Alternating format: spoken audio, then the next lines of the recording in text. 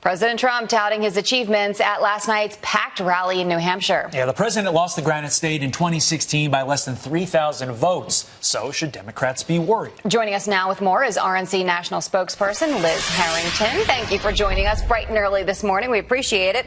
Look, he lost by 3,000 votes. I mean, it seems to me like this is a state that is very much at play. What do you think we're looking at here in New Hampshire? The Granite State is absolutely in play, and judging just by enthusiasm alone, we saw a packed house, thousands of people outside that couldn't get into the arena. And then down the street, Joe Biden had a counter rally, if you can call it that, of 30 people.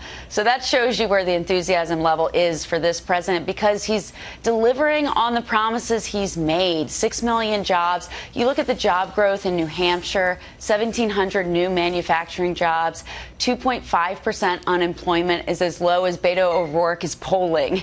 So that just shows you where the economy is, and we definitely can turn this state red in November 2020. Liz, in a state like New Hampshire, where personal freedom is probably issue 1, 2, and 3 in terms of what people care about, the slogan on the license plates is live free or die. How important, how savvy was it of the president to basically make this election, while he was in his speech there in New Hampshire, a referendum on socialism?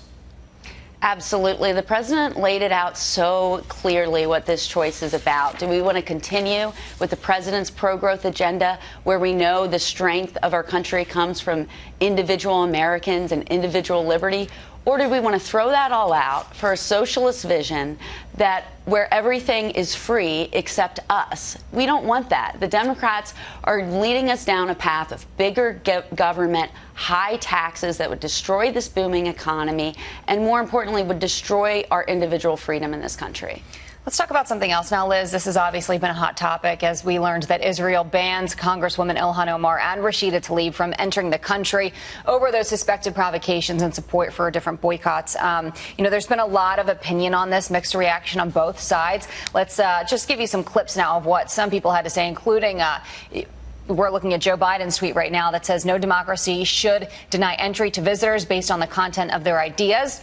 And then you have Bernie Sanders in part saying banning Congresswoman Omar and Tlaib from entering Israel and Palestine is a sign of enormous disrespect. And then finally, we have Delaney saying it is clear that President Trump pushed him to do so as part of his effort to make Israel policy a partisan wedge. Is blaming this on the president the right move?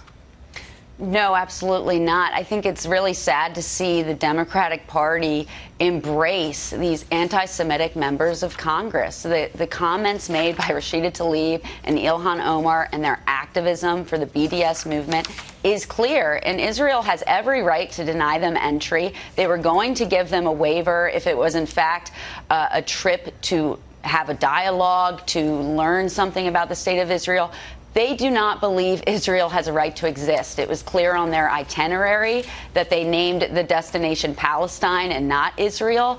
So the Democratic Party are embracing these radical members of the squad who are anti-Semitic. And so I think it's to their own peril in the next election. I think it's really dangerous to mainstream these really disgusting, bigoted ideas coming out of the squad. 2 more statements to get through quickly. First, Netanyahu's statement on the decision, quote, their itinerary for their visit in Israel revealed that they plan a visit whose sole objective is to strengthen the boycott against us and deny Israel's legitimacy.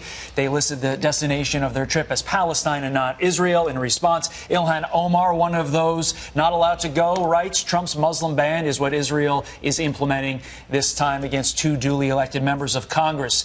Liz, 10 seconds. Is this going to last beyond the next 48 hours of the news cycle? Is this going to go into the election, or is this going to be done in about 48, 24 hours?